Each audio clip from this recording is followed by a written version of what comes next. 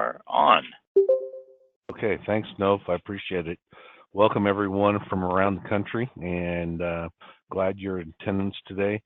Um, Taylor and I look forward to talking with you during the next hour about the digital transformation model, enterprise content management, specifically LaserFiche, and then also HRISReporter, our product.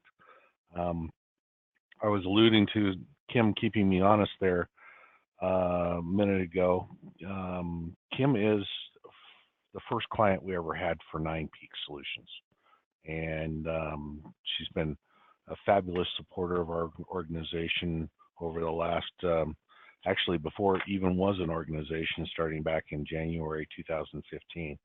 Anyway, and she uses a couple of the products that we're going to talk about today here, LaserFiche and HRISReporter. Your presenters today are Taylor Henniger, who is our content management specialist, and then myself, Eric Skidmore. I'm the managing partner for Nine Peak Solutions. We refer to ourselves within Nine Peaks as Tech Sherpas, and that's because we're trying to help lift our clients up on the technology side. We'll talk more about Nine Peaks at the very end of the presentation today. Our agenda as we go through, just a quick introduction that we're doing right now, talk about the digital transformation model, talk about enterprise content management, or ECM, and this goes by various names or titles. We'll talk about that. Second, we'll talk about LaserFiche, which is the product that we represent. We'll also talk about HRISReporter, which is a Nine Peaks product, and we'll have some time for Q&A, but I do encourage the questions throughout the presentation. I always say this when we've got a live mic with everybody: make sure you say something so that I can stop, and then we'll get the question out, then repeat the question, and then answer the question. And so make sure that you make sure I can get it stopped so that we can get the question out and answer it. I encourage the questions at the time because you're thinking about the subject matter, and then it'll fit better for if you've got the question. There's obviously other people that have the same question as well. And so we'll get the QA as we'll also have a little bit of time at the end for Q&A. Some info on Nine Peaks, and then ask for Nine Peak Solutions. And so I'm going to ask some things of you as attendees as we're going through the presentation, and then at the end I'll do a recap as well, and then we'll adjourn. The goal is to have this in the next 55 minutes, and so we're going to take off and get started. Talk about the digital transformation model. One of the hot terms right now within the computer information area is digital transformation, and being able to switch from manual processes, paper-based processes, non-automated processes to processes that are on and driven by computer processes. And you can just listen to the ads on TV right now for different organizations, and digital transformation comes up. They talk in generalities about what digital transformation is. They never get into specifics. And so I'm going to try to give you a few specific things here as some education background to what digital transformation is. Featured in ads right now from Dell, IBM, Microsoft, Adobe. And then last night during the World Series, I heard it for the first time on a Verizon ad when they were pushing their 5G integration that's coming up for their data plans. And so it's a wide term. It has different meanings to different people. This is what it means to Nine Peaks and to LaserFiche. There's 5 sections: and digitize documents, organize content, automate processes, streamline processes, and then transform processes. All the way from, we've got a piece of paper that's a form over here that's maybe into a file cabinet, and then moving through to, this is how our business is driven around automated processes that have been optimized to get the most out of it. And so just a quick background on each of those 5 steps. Number 1, basically digitize the information they have. Focus on reducing paper, reducing storage, reducing risk of documents. Give you an idea, we're starting with a client. They're a financial services firm. One of the metrics that we started with them is how much paper do you buy every month? And this is boxes, and visualize the cases of paper. And they go through, in a year's time frame, 1.5 million sheets of paper a year across their organization. And when you go into their company, their organization, their desks are just stacked about 10 to 14 inches high with forms that have been completed that have not yet been filed or are in process. And so this is let's capture the information so we know where we're at in the process. Organize the content so that it can be shown into a specific place in what we call the repository. Some people use the word database, but it's really a repository for the documents themselves.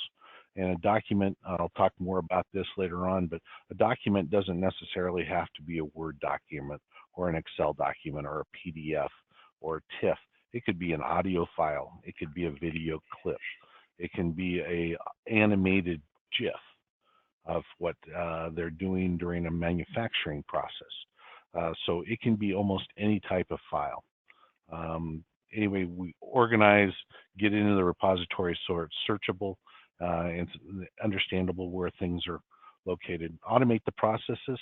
The third step is, and this is primarily getting things that are paper-based as far as forms and are being passed around, getting into an electronic form so that approvals and routing can be done electronically and within the forms process itself. Number 4, phase 4, streamline the processes. Get your focus to drive for continuous improvement. Here we're looking at steps and making sure that all steps are still applicable after the form is in process, electronic forms in process. Also improving the situation with workflow so that tasks that are done manually can be done automated around the information that you're gathering via the forms. And maybe this is integration with a human resource management system, a line of business application, an ERP system. The list goes on. We'll talk more about that coming up here as well. And then phase 5, transform the processes. Embrace the digital workplace. We've got the stuff captured now and it's going through the system. What else do we have to do to align the technology to support your business goals? Was on with a client yesterday, old line food producer, client number 2 for 9 Peak Solutions back in March of 2015, and we talked about their incoming QA processes and what it means to have goods or product that does not meet requirements, and how do you process a claim associated with the chicken parts are bad, or the cardboard for the finished product for the cans to go into is not acceptable. It's not high enough grade, printing's wrong, and those things in manufacturing processes, typically those problems get slid over into the corner, and we'll deal with that later on, versus in line in the process of, hey, we're opening the boxes for the first time and looking at how things are going. And so their current processes, they're all the way up at phase 1 on the chart here. Yesterday, when we were introducing the product that we represent called LaserFiche to them, we were talking about all the way down to phase 5, to where we could potentially transform some of their processes and save them a whole bunch of time and cost in their product. Anyway, so that's a quick introduction to what we think of when we say a digital transformation. And what I challenge you is if you're interested in researching this more, is take a look at some of the other vendors and what they're saying a digital transformation model might be for their products. And the reason why I say that is because this has different meanings for different people. This is what we think of when we're thinking of digital transformation. So this is a background to what we're going to be doing in the next two sections of the presentation today, as far as enterprise content management, and then also with the LaserFiche product. If you want to read more about what I was thinking and what we think of as a digital transformation model, we had an article recently published in the Cascade Business News. It's also available on our website underneath our blogs. But if you get a copy of the slides, I think I've got it pictured good enough. You can actually read the whole article right here on the slide that comes out with the deck. But if you want to read more about it, it's also on our blog. A little bit on enterprise content management systems. And so for vocabulary here, I refer to it as ECM, or enterprise content management. A lot of people refer to it by different names. Digital content management, document management systems, content management. And so you almost have to use what vocabulary you're comfortable with and how your organization refers to something. But when we think of enterprise content management, we're going to hit on what is ECM and who uses it, some security and compliance, and then some benefits of ECM, just as background for you. Enterprise content management enables organizations to save time and money by managing the documents and information that are coming through. And you've already got information coming through various systems at your organization, whether it's an Excel spreadsheet and someone's doing a purchase order list on it, or maybe they're putting a receiving report via email, or maybe they got a full-blown ERP system that's going. And so you guys got different types of systems, but ECM is managing the pieces that aren't in your automated systems already. Used to capture, manage, store, preserve documents. Market size currently over 24 billion, expected to be 59 billion by next year. Every organization at one phase or place or another will use some sort of an ECM or document storage system going forward. Industries, I tried to line them up here in order and give you an idea on who uses ECM. Top users: government, financial services, higher education, general business, medical, law, real estate, manufacturing, social services, and construction. Gives you a background of where it fits. Security and compliance. Specifically, you'll want to look for how security is done on the documents, where your documents are stored at, whether it meets some compliance. The one that we work with, specifically LaserFiche, meets the Department of Defense security requirements, protects information from unauthorized users, security levels. This deals with who can see what and when, and that could be in a forms process, that could be in a workflow, that could be within an individual document, to maybe in the HR and payroll area, maybe only 2 people within the organization are authorized to be able to look at Social Security numbers on a W-4 form. And you can redact the information for everybody else other than those 2 users within the system based around security of a good ECM system. They can see the rest of the form, they just can't see the information redacted underneath the Social Security number. I'm going to apply digital signatures and authentic document approval. This can be as simple as like you're doing a receipt at a coffee shop and you're using your finger to sign the name. That could be a digital signature, all the way up to integration with a product like what we represent called DocuSign, to where you're applying a digital signature via your specific profile, and it actually shows your signature. Delegation of privileges, simplify the auditing. There's got to be an audit trail, who, what, when, where. Security redactions, I mentioned that already. And then for a lot of industries, HIPAA and security, HIPAA and security compliance. And I'll take a breath right there and say, is there any questions on ECM or what it is and how it stores documents up to this point?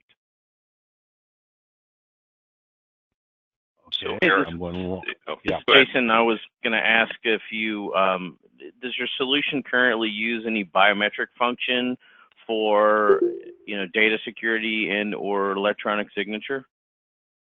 Okay, so the question regards to biometrics, so a fingerprint or an eyeball or a, I don't know, what else, a thumbprint, what else could we do there? Anyway, the answer is, yeah, voice recognition. The answer is yes, it can integrate with a number of different products. So your imagination about how you want to integrate with products, straight out of the box, the answer is no. But with integration with software development kit, with you're going to have the devices to do that fingerprint or eyeball scan or voice recognition. Yes, that would be the answer. I'll give you a use case to see if that maybe would help you. So, as there has been a lot of legislation that has come out in the marketplace since really this year about biometric data and capturing and using that by an employer, one of the things we're looking for is a solution that triggers workflow every time a user uses biometric data. So if they're using a biometric reader at the door entry or with a time clock as an example, kind of the general legal backlash for this whole process is you should get a authorization every time they use that biometric device, not just an overall blanket accept and response approach. That's what I'm thinking is something that's triggered by some kind of interaction, and then it triggers a workflow for them to acknowledge. So you're thinking maybe put your fingerprint in this box to authorize both the interaction with biometrics and your approval? Correct. And or something that triggers on the back end that just sends the user, hey, you've used our biometric clock, and we're letting you know, we're informing you that you used our biometric clock, and this is what it was used for and how it was stored and how it was not used, and all of the data privacy things that are really kind of blowing up in the marketplace. That one's relatively easy. The latter use case that you had there, at the point of content of usage, that one would be more difficult, but still is possible. On the back end, what I'm thinking is an automated forms process that's instigated as soon as someone puts a punch in a time clock with a biometric feature, and it sends the forms process to start to completion, and we'll talk about forms processes here in just a little bit with Taylor, and then sends the email to them that says you've used the clock as of this time. Right, exactly. And then there's the associated legal notification is attached. I don't necessarily need your authorization every time you using the clock, very similar to, the thing that we're seeing now with cookies on websites. As soon as you land on the website, you have to accept cookies every single time. So, yep. And so in the latter use case, like I can honestly say that one's relatively easy. The tougher one where I want to put my thumbprint in a square on the biometric device and then have it send can we use your data right now? That one's a little bit more difficult, but still doable. Thanks for entertaining the question. The answer is yes. Okay. We're going to go on to what are some benefits for ECM. Number one, disaster recovery.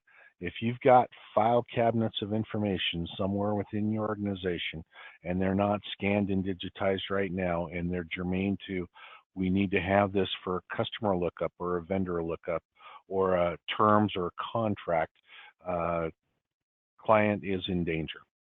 Number two, replaces your old file and cabinet storage units. Secure and compliant.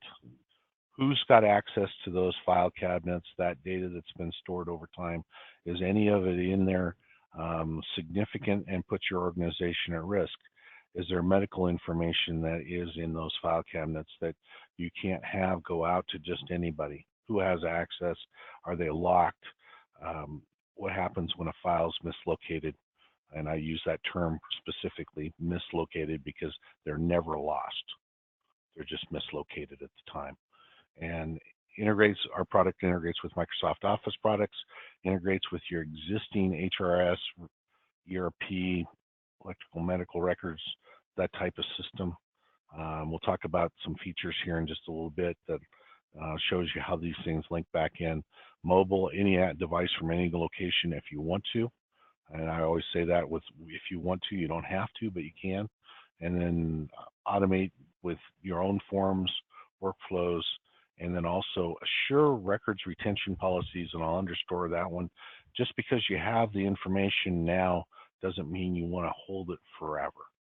And a lot of filing systems that are manual are never gone back through because it's too much work to go through and cull and clean them out on a yearly basis or a quarterly basis or a monthly basis or a daily basis. And so you can set records retention policies within an ECM to say what the length of the information lifespan should be. And then we'll talk more about some features that LaserFiche has specifically around that coming up. But just because you have the information doesn't mean you're good. And you need to have those records retention policies so that if you are not supposed to keep it, you're not opening yourself up to discovery during a lawsuit. Because if you have the records, then you have to produce them. If you've eliminated them per your records retention policy, all you have to do is produce proof that you used your records retention policies to maintain the records set as it's supposed to be. And then if it's done right, ECM is easy and simple because it's part of your workflow and processes within your organization. It's not something you have to do special that's extra, and you design it directly into the process as you go. So this is our first stop point within the organization, and I've got some asks for you guys as part of the Technology Review Council that we want to have coming out of this presentation. Number one, we're interested in organizations that would like to improve their existing processes. Obviously, we're interested in working with organizations and specifically what things can be done to improve the business for their organization. If there's any value-added resellers or solution providers that would like a new product to represent, that's exactly how Nine Peaks started out with LaserFiche. And this sounds like multi-level marketing. I can guarantee you it is not. Okay, I'm more concerned about having good solution providers around the country, one place and another. So if you've got if you guys are a value-added reseller, I'd love to visit with you about what LaserFiche does and how it does it. And that's exactly how we started out. Another solution provider, we saw a demo with one of our existing clients on site, and I was like, okay, this is a product that I've been looking for 30 plus years in the industry. And I was excited about it that day and still am today. So that's the second ask we have. Third ask is if there's any software developers that are on the line that want to extend their product, their functionality. And there's great places in HR and payroll systems, human capital management systems where LaserFiche fits very well. There's a lot of organizations that have already put document management into their solutions. I'll put a big differentiator out there for people that are using one of those products. The first thing I always boil into is the security granular enough to show or not show a document that you may attach to like a master file for one employee, whether it's shown or not shown. Does the security get to the point where you can say document types or even down to a field level on a specific document? With LaserFiche, we can.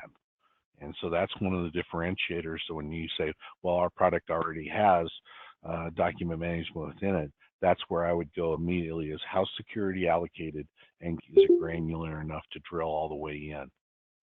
And so those are our asks coming up through the next section where we actually start talking about LaserFiche itself. And got the pronunciation there for you. There's a quote from our CEO there from LaserFiche for you. Largest privately held ECM company worldwide, 32 years in business, headquartered in Long Beach, California. They've pioneered the paperless office in government applications. And that's where they started out with, was in city processes, and have grown from there. 35,000 plus installations, very supports every kind of industry that you want to imagine. The industries I covered before, that's in the order of where LaserFiche has been successful. Enterprise content management software, organize the content, help your organization get to the information. We hand out dinner mints in little tins. I always tell people to press on the Nine Peaks logo for the mint to get your solution. Put the mints on your desk, and you can hear me rattling one of them right there, little can. And I always tell people that if it takes more than a few seconds to find a document that they're looking for, then press on the thing, get a mint out. And if it takes more than a couple minutes to find the document they're looking for, then take two and give me a call. So build processes, business processes are supported, contract management, vendor and client management, accounting and finance, records management. And then specifically for this group, I tried to highlight some things where it would be a good fit. Human resources and payroll, employee files, onboarding documents, personnel change forms, some people just say PCMs, W-4 information, I-9 forms, and the I-9 forms can be held separately away from other employee documents so that you can meet restrictions that are on those I-9 forms specifically. So those are some of the business processes that could be done within accounting and finance. AP invoices, onboarding of new clients, onboarding of new vendors, due diligence packets around vendors and compliance. So there's lots of uses for LaserFiche. Think of any place where there's a paper-based process right now within your organization that may or may not get done consistently, and you need to have a good high-level view of where everything is in process for your organization around that paper-based process. Those are the very successful big winner type applications.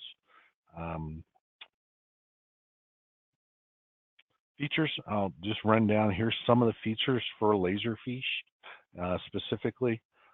You can go from the very, very simple file cabinet replacement. We just want to get the stuff in to where it's searchable and where we can find things, and then it's backed up for disaster recovery purposes. So that's the absolute simplest. We can start from right there. If you are going to do just that, there's other products on the line, on the market that probably are less expensive. But if you're going to grow and have workflows and forms and those type of things, then you'll be lacking very quickly with just a file cabinet replacement type product. Compliance purposes, compliance is a process. It's not an achievement, if you will. And I always put the idea in there that, you know, you've got to work through the process to make a compliant system. It's not something where you just hit the check box and say, okay, we're good for now, forever. Because if processes change or not adhered to, then obviously your compliance is not there. Security, obviously across the board, it's got DoD security associated with it, and the information that's stored within the within the system, disaster recovery possibilities, easy capture and document automation, and specifically within LaserFiche, that's features called import agent and quick fields, to where you can extract information out of a document and then use that in metadata and template information. We'll talk more about templates and metadata here in just a little bit. Records retention policies, I've already hit on that. I'll talk a little bit more about that right now, in that records retention policies, maybe you set a specific folder up to be held for 3 years, and after an employee is terminated or leaves the organization. And so you can have complex rules about when information can be eliminated from your organization that's automatically imposed to say, okay, these records are now available for destruction. That doesn't destruct them automatically. It just says they're available for destruction. And then at that point, you're making a choice whether you want to destruct the records or not. What you're not destructing, though, is the audit trail that says, okay, we had these records at one time. They were destructed on this day per our record retention policies, and we no longer have the information. So that fills the checkbox for you if you do get into discovery in a lawsuit, or if you're in a public organization and there's a public information request to say, okay, we want to have the initial bids that were put in on the sewer project from 5 years ago. Okay, well, if it was 7 years ago, maybe you don't have those records anymore. But if you had them, you'd still have to produce them. And so that's where the records retention policies come in. Integration with the Microsoft Office suite, integration with your existing, putting what system that's important to you here. And that's done through a product called LaserFiche Connector, which is a memory resident program that sits on top of your line of business application. If it has something in LaserFiche that it can search for around, like a vendor number or contract ID or a client ID or an invoice number or a purchase order number, then and it finds something, the LaserFiche connector will light up and say, hey, I have information over in the repository that you can look to that relates directly to what you have on your screen in your ERP system or in your financial accounting or your HRIS system right now. And so it gives you the clue that you have additional information over in LaserFiche that ties directly to what you've got on your screen. There's no programming to tie that with your existing systems. Since it's a memory resident program, we're defining the search that's required that pulls up that information. There's nothing that has to be changed on your existing line of business applications to use that as well. I mentioned software providers earlier.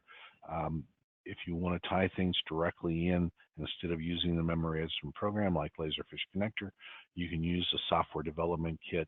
And we've done this to, for one of our clients, we integrated it with Google Search. And so it's where they put in a physical address, and maybe they're off on how the address is actually recorded into their system. It goes out to Google and, if you will, writes the address to how it's done, and it will pull up the pictures associated with that physical address, and so it'll show like the roof line of a house that's at this specific address. It'll also use that address to help assign to a specific salesperson. As electronic forms capabilities, mobile, any device, any location, workflow automation, and I'll take a breather right here after the next slide and say, here's some potential benefits that you'll get out of LaserFiche: efficiency, safety, security, and then overall peace of mind. You've got this stuff backed up. And I'll take a breath at, well, I'll do one more. I'll say LaserFiche deployment options. There's a number of different ways and devices that LaserFiche can run on, from your phone, Android or iOS, to a tablet, to a PC, to a Mac via a browser. There's different deployment options. You can have LaserFiche Cloud, a private cloud. There's multiple products for Avante and then Rio within the LaserFiche family, and you can get those in different ways, whether you have a license for the software in traditional mode or a subscription if you're on the Rio product. And you can also have it deployed either cloud-based, private cloud, or on-premise.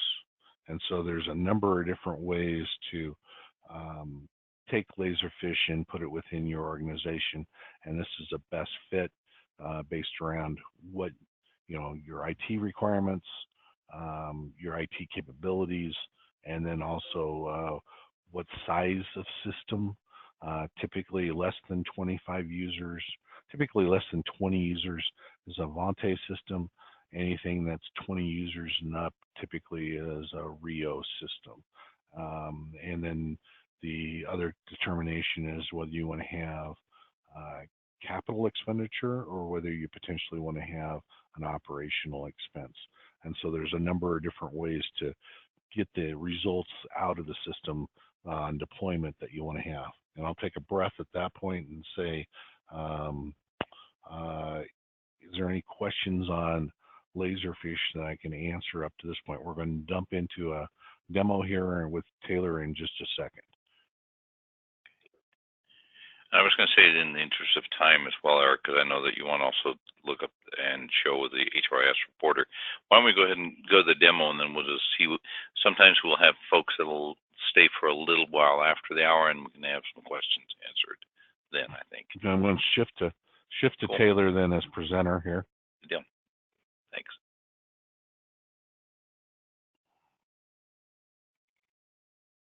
Taylor? Yep. All right. Can you guys hear me okay? Yep, definitely.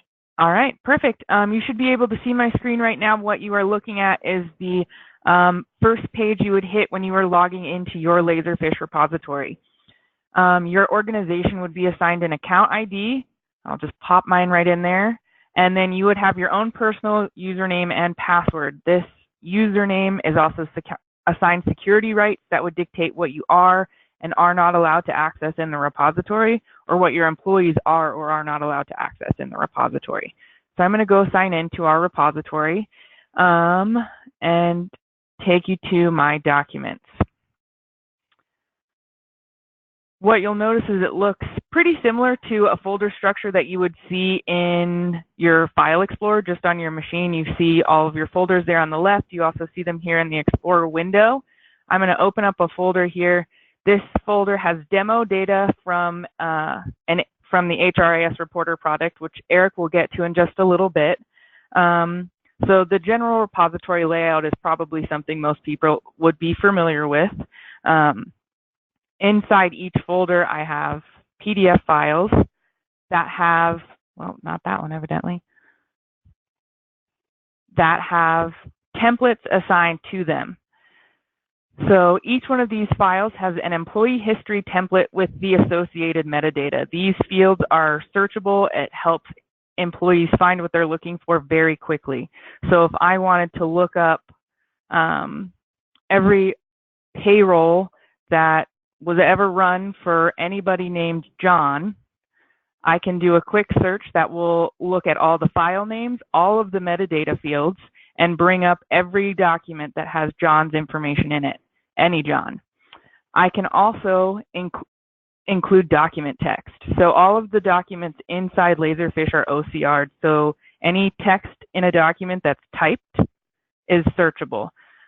So if I run the search again, I'm going to come up with a bunch more results, and whichever document I select, it will tell me how many times it found John inside that document. In the effort to consolidate some time, I will just also show you a quick forms process so that you kind of have an idea about what Eric was talking about when he mentioned gathering data and having it move into the repository. So this is a vendor registration form. If you onboard vendors, this is a form that any potential vendor could fill out and submit. So they'd fill in all of the pertinent information, and you would be able to capture that and save that metadata. In a quick look behind the curtain, when this form is submitted, LaserFiche runs this automated process. It is reviewed by the purchasing analyst and routed depending on what the purchasing analyst decides to do. Is it accepted or rejected? If it's rejected, it goes to notify the vendor, and that rejection is saved to the repository. If it's accepted, it moves on to the officer, and so forth until the vendor gets an approval notice, and that is also saved into the repository. Eric mentioned the security, so each user is granted rights. I log into our repository and can see everything. We have other users who log into our repository and only see one folder. All of the information is still there, they just aren't able to access it. This LaserFiche also integrates with Office, so if I am doing work in Microsoft Word or Excel, I don't have to save it to my desktop and upload it. I am just able to save directly to the repository using this tab, Save to LaserFiche. So there's no middleman there. I will hand the controls back over to Eric so he can keep the presentation going for you guys. Does anybody have any specific questions about what you've seen just now? All right, Eric, I will give you the reins. Okay, very good. Thank you, Taylor.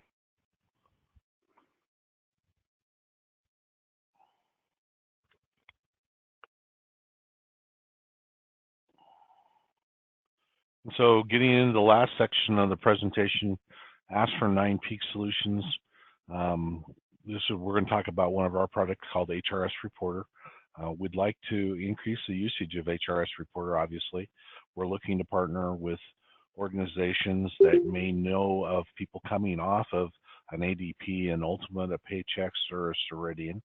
And specifically, HRISReporter is designed to take the information from either an in-house or cloud-based solution product from one of these companies or other companies, and then make it into basically follow the digital transformation model, digitize the information, organize the information, automate the process.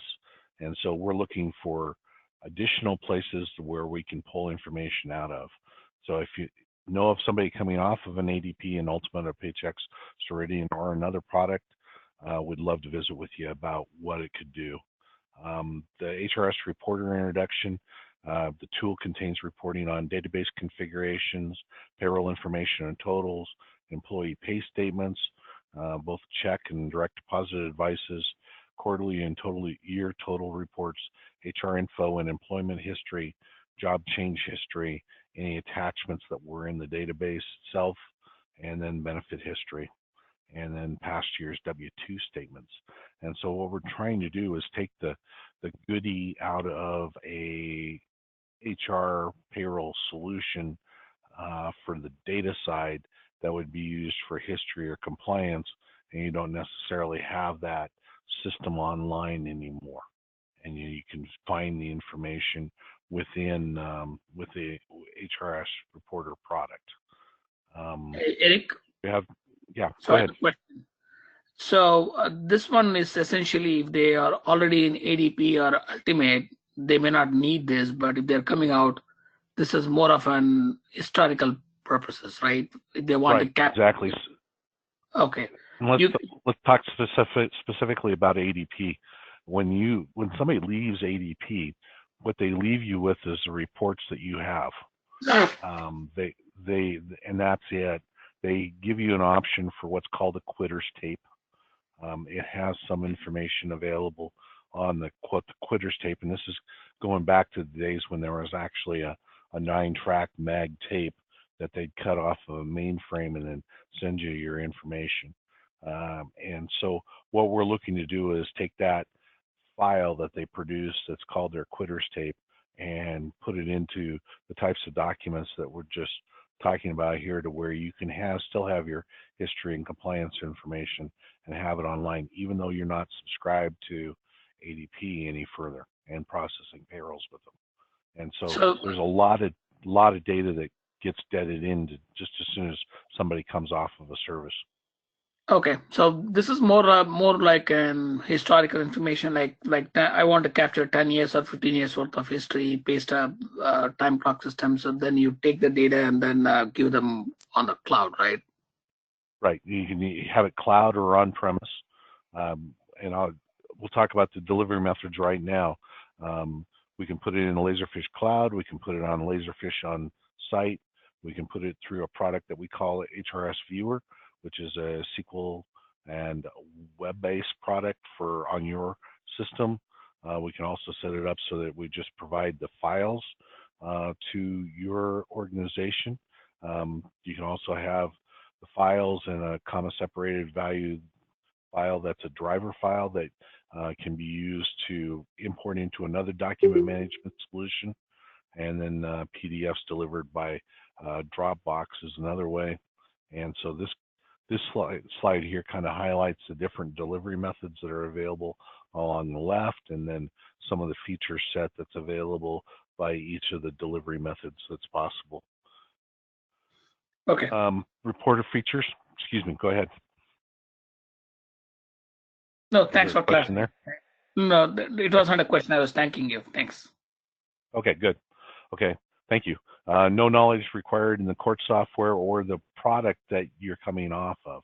We've done this to come off of a Court and New View database, and so this is written around the Court and New View. We've got a client that we're waiting for contract approvals on right now coming off of UltiPro. And so that'll be the second source that we've got for this. We've done this for round numbers about 30 different organizations coming off of Court and New View products. Information is easily retrievable. You can search on it, as like what Taylor was showing you in the data there just a second ago. You obviously got reduced IT support because you don't have the systems running anymore. You eliminate operating systems and SQL software assurance fees if you're coming off of court or an in-house based system. Eliminate the application maintenance fees for the service that you're using or the ongoing on-premise maintenance.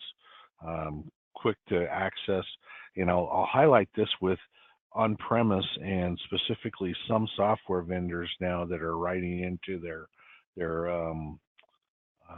service agreements that it's no longer a perpetual license that you get to run a product on your site.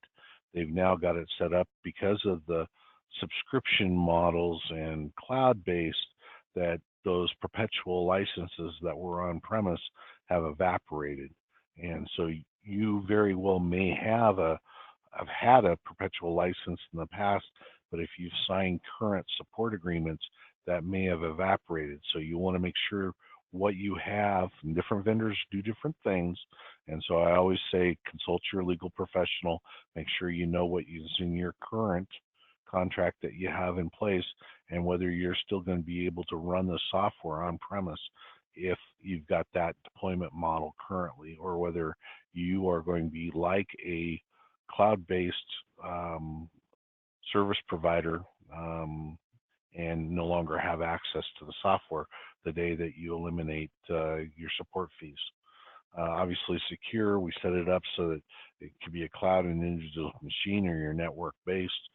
No need to pay history into your new system, and this is a big differentiator, is a lot of people want to try to import all their old check history.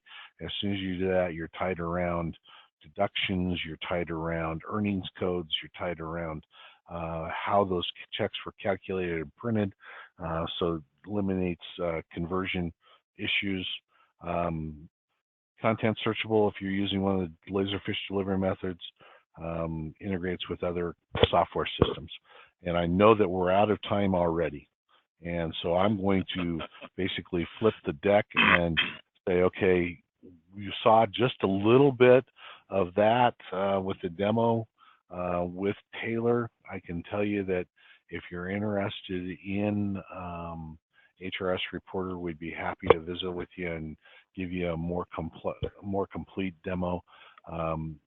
Think of what I like to tell people is think of a regulator or a compliance officer or an auditor showing up at your site and saying, okay, I want to look at specific sections of payroll for this quarter and this year 5 years ago, and you no longer have access to the system.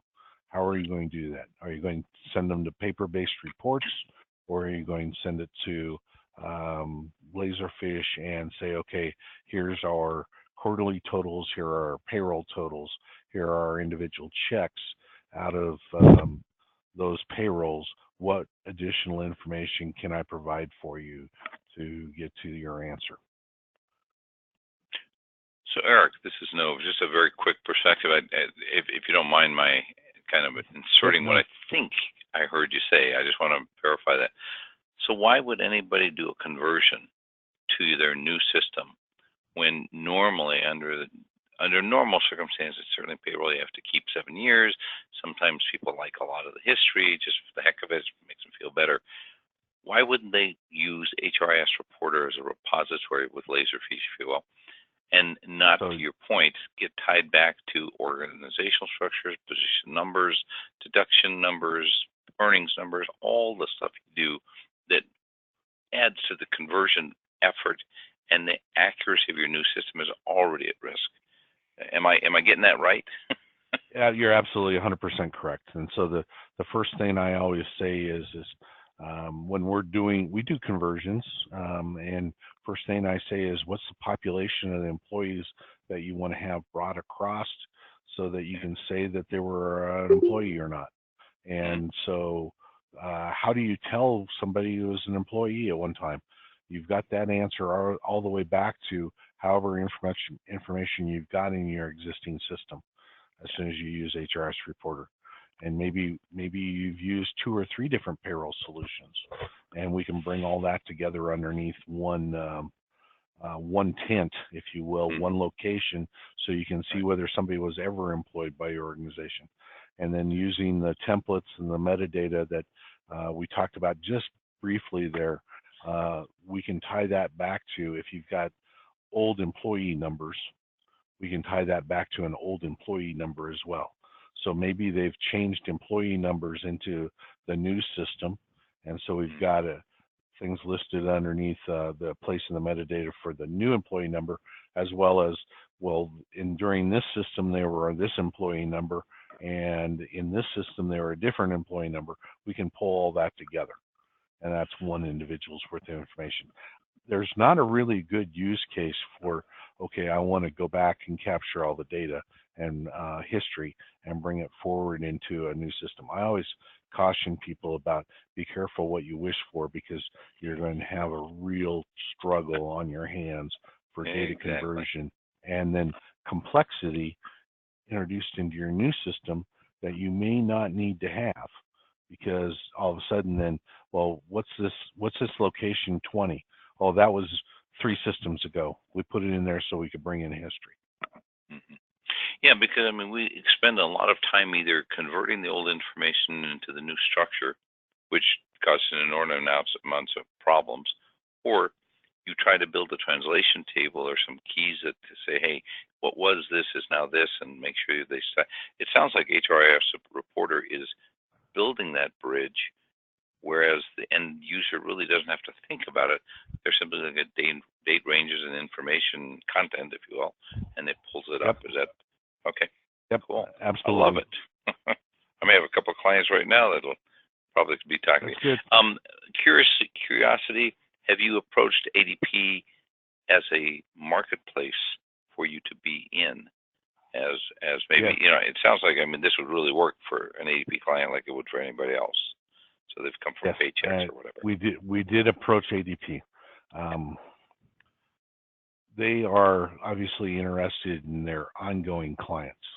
Oh, yeah. And providing value for their ongoing clients, not necessarily people leaving their organization as customers. Right. I did not get a real warm reception. Based around what HRISReporter has done. Yeah. But yes, I did make a run at that, Nov. Okay. Well, no, and I mentioned that because it sounds like HRISReporter has now become a much more generalized, non-system specific, and I'll call it system agnostic tool primarily for the conversion effort to then provide you the historical database, and that's a really cool thing. Might I ask you a very quick question with regards to the LaserFiche perspective as well? Do you have any clients that have maybe set up the auditor role as a separate role for people to go in and be able to see documents?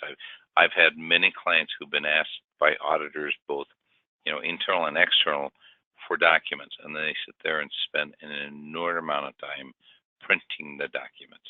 So I don't know if you've got anybody who's done something along those lines. The answer is yes. So what you can do is you can have, and I'll just talk in general terms, then you can map to what the answer would be for any specific organization. You can have a login that is an auditor role, and then you can enable specific documents via links to that specific auditor, or else you could go through, there's a feature within LaserFiche that's called a tag, and you can tag specific documents for an attribute, and then you could give that auditor role specifically only the documents that have that tag applied. Okay, great. Well, you've got a slide up. Let me let you go back to that, and then let's see if we've got any questions or feedback hanging out there. Okay, I got just a couple minutes left. I go through in the slides here and talk about how we actually implement and what it looks like when we're producing those PDF documents. And then on through, we produce some counts, verify that we've got all the information, and then run the stuff out and provide it to you and do some training. And so this is a typical implementation for HRISReporter based around delivery through a LaserFiche cloud-based scenario. Few words on the PDF. Content is locked by password on each individual PDF, so they can't be monkeyed with after they're produced. Each PDF contains custom property fields like these that shows whether it came off of and when it was produced, and then our referral for copyright, and then also if there's ever a question about how it was done. And then I put this slide up here to give you guys a general idea what HRISReporter costs.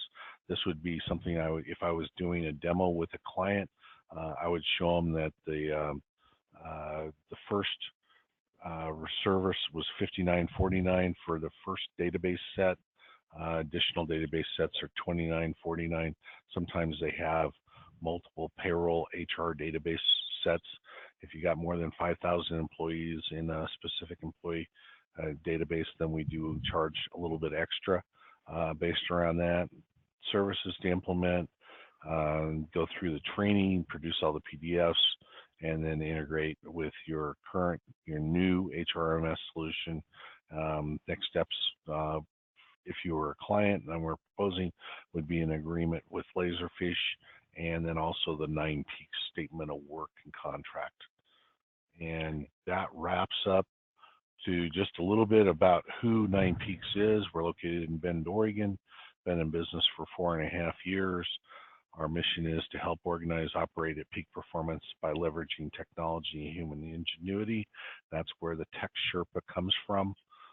We're a small organization, but we're still large enough to fulfill your needs. We partner with Microsoft, Dell, EMC, LaserFiche, obviously, Epson, DocuSign, Sinex, and Dropbox. And then I did a recap here of the 4 asks that I had during the presentation. We definitely want to visit with you if any of those 4 things come up on your radar, and we'd love to visit with you about opportunities to partner together on any of those things. Great. And questions, I guess. Last, I'd say thank you and open it up for questions. Sure. Hi, Taylor. This is Melissa. I have a question about HRISReporter. A lot of my clients are tech startups who are moving through hypergrowth, and typically one of the projects I work with them on is pulling out of a PEO relationship. Typically it's TriNet, and it's a rather involved project to do something like that, and I wondered if you have any experience with those types of conversions. You mentioned other vendors, but you didn't specifically mention PEOs. So on something like that, we're obviously enter what data they have available to them, what data we can get from the vendor, whether there's standard reports that can be captured and put into PDFs straight from the software. And it's one of those things where get everything we can possibly get as soon as we can get it. And then once the last pay event, or in this case, employee leasing event is done, then capture the information from those things and get it to the repository so we don't lose any records as the organization separates from their vendor. Right. And Melissa, this is Nov. Just a very quick question then. They're moving from a standard FEIN that they've been filing under in the PEO to a new one, their own independence, if you will. Is the problem just being able to relate their current records with the new world to the old PEO records? Am I asking that right? Partly, yes. Partly, okay. Yes. Essentially, when you're in, and you nailed it with the way that you asked the question, is that the data is not typically the company's data, it's the PEO's data, because you have that co-employer situation. Mm-hmm. And so reporting is not robust within a PEO system. Exactly. Right. It's not designed to be. And that's part of the reason why you ultimately, at a certain point in time, want to pull out, because the cost benefit the numbers don't work after a certain point in time, after a certain number of employees. You can pull those resources internally and do it better yourself than you can in paying a third party to do it. Exactly. So part of it is reporting, but part of it is that you don't own your data when you're in the relationship with them. So how do you extract as much data as you possibly can before you exit the relationship, so that you've got that from a historical perspective? But then there's the huge challenge of the mapping exercise of mapping it into your new system when you become your own standalone employer. I guess my general sense, and yeah, go ahead, Eric. Were you going to say something? No, I was going to follow you up on saying, it's really two things. It's conversion to get the information into your new system. It's also grabbing all the historical and compliance information that you can, so that the section of time that they were a leased employee, you can still get to it. So one of the key questions, I don't want to dominate that question if everybody has to leave, but to answer your question, Melissa, because I used to work for TriNet a long time ago. And they had the PeopleSoft system as their basis. So, Eric, one of the key things is that, to Melissa's point, you don't own the data. And so all the benefit plans, all the earnings, everything you did was under the co-employment situation that TriNet had set up. So their taxation, taxes being done, codes on states, whatever it is. Can you grab information like out of a legacy PeopleSoft system and bring that over to HRISReporter as well, so that you have, in a sense, the background framework that everything was processed under, and then you can move that, to going to the new system. You can say, okay, what used to be regular pay earnings number one is now this in the new one. The new system ought to dictate what the new information should look like, but the old system needs to be still mapped, and that would be probably easier from just getting the coding structure or the table structures over. Can you do that in HRISReporter? Yeah, we can do stuff like that, and that it's kind of similar to, here's the quitters tape, and it's text coming through, or in UltiPros, here's the 14 tables that we dump out of our system that provides master file and check information. And so, highest level, obviously, if we can just get the SQL database tables dumped out, that's great. Second, is there a text file that can be produced through a report writer, and we can get a key to what those fields are that come across via a CSV file? Or is the third level of, okay, well, here's reports that we can pull data from, and then map that into our HRISReporter documents. And so you've got three different levels there of How can we skin the cat to capture the data? So if you want to put up your slide one more time, Melissa, I would actually recommend talking to Eric, because I think if you've got that very consistent problem, and it really wouldn't have to necessarily just be Trina, it could be, you know, in Insperity or any of the other, you know, smaller systems. Most of those guys will simply just put out a CSV file. But to Eric's point, if you can grab the overall, you know, table structures behind it, you're there. And then you really just worry about going to the new system with the new stuff the way you want it to look, and the old stuff is just mapped in already through what it is that Eric's HRISReporter does. Yes, good. Cool. Anyone else having questions left? My apologies for, you know, we should have scheduled you for an hour and a half, Eric, but you've got a wealth of data, Eric. But thank you very, very much. I will ask you one last question just to make sure I understood something about the LaserFiche perspective.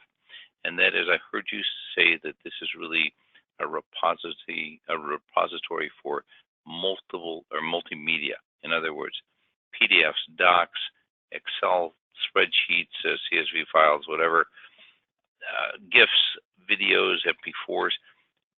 Why would somebody not use LaserFiche then as a storage to you, as you mentioned, an enterprise content management system that I could then bring virtually anything to the table? You know, like you said, onboarding, training. I mean, all kinds of stuff. Right. And so the thing I always say is, okay, what's the best use location for the type of data that you want to have? Maybe it is better to have it tied specifically within the HRISReporter, within the HRIS system itself, versus as a document versus within LaserFiche. But the answer always is where are we going to find it if it's not? How can we find it, and ease of finding? And so LaserFiche comes as a really good common denominator, because you can fire off that search across all documents and the whole thing. It's not like a network drive to where, hey, I'm jumping around to individual file folders to try to find a document that's been scanned in and never the title changed on it. I just keep seeing this happening more and more in the LMS world, that content libraries that are being actually created by companies, video, you know, small vignettes of videos or historical tribal knowledge that put in the, you know, off my phone as an MP4 file or whatever, all those kind of things under one umbrella like LaserFiche, to me means that I now have a document storage that would let the LMS or the onboarding or whatever pull it in from one spot. Right. And the other thing you get, I'll freewheel on that just a second, Nov, and say template metadata, and typically you have like that audio file or the video file, and you know, where do you put the, you know, who is this creator, who's the person talking on when was it created, is there a lifespan to the document?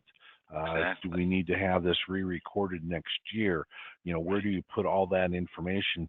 And the answer is if it's stored in LaserFiche, then that could be a template, and then the metadata directly tied to the audio file, or a description of what's in this picture. And so one of our clients is a police department, and they use this for their crime reports. And then they pull in pictures from the scene, and then put metadata descriptions around each and then they have their DA that has access to the repository, so that the handoff between the detective and the DA is much more lined up, and one set of information being presented around what is the evidence that's around this specific incident. Yeah. And so that makes way too much sense. You mean standardization and, if you will, quality? Quality, yeah, and efficiency. So Yeah. you know you got Love it. 72 pictures in a folder, and you say, okay, I want to find the one that has the kids high chair in it, and maybe you have a field on the template that's called key components, and in the key component you put child's high chair. I tell you, we'll have to explore this offline a little bit more. I think I've got a couple of places you ought to be presenting. Any other questions? I don't know if there's anybody left. I was going to take a look at the attendees. Maybe just you and I and Taylor. No, Jason and Melissa are still there. Yeah. Thank you. So my feedback, I'll just toss it out there. You presented two very, very good, unfortunately, somewhat unknown products. And as Melissa's been working with startups, this is not a startup for LaserFiche. It is for HRISReporter. Maybe Melissa can key you in on a couple of things that a startup should consider about getting further exposure, other than the Technology Review Council, of course. But both presentations were very, very eye-opening, I think is the best way to put it. All right. I appreciate the opportunity to talk, and if there's anything I can do for somebody along the line, by all means. Absolutely. Well, and again, thank you all very much for your continued support of Technology Review Council. Eric and Taylor, thank you for joining us. And as soon as I get the thing uploaded to the YouTube channel, I'll write a quick little blog and send it over to you guys. Okay. Take care. Excellent. Thanks, Thank you. everyone. All right. Bye-bye. Bye, everybody.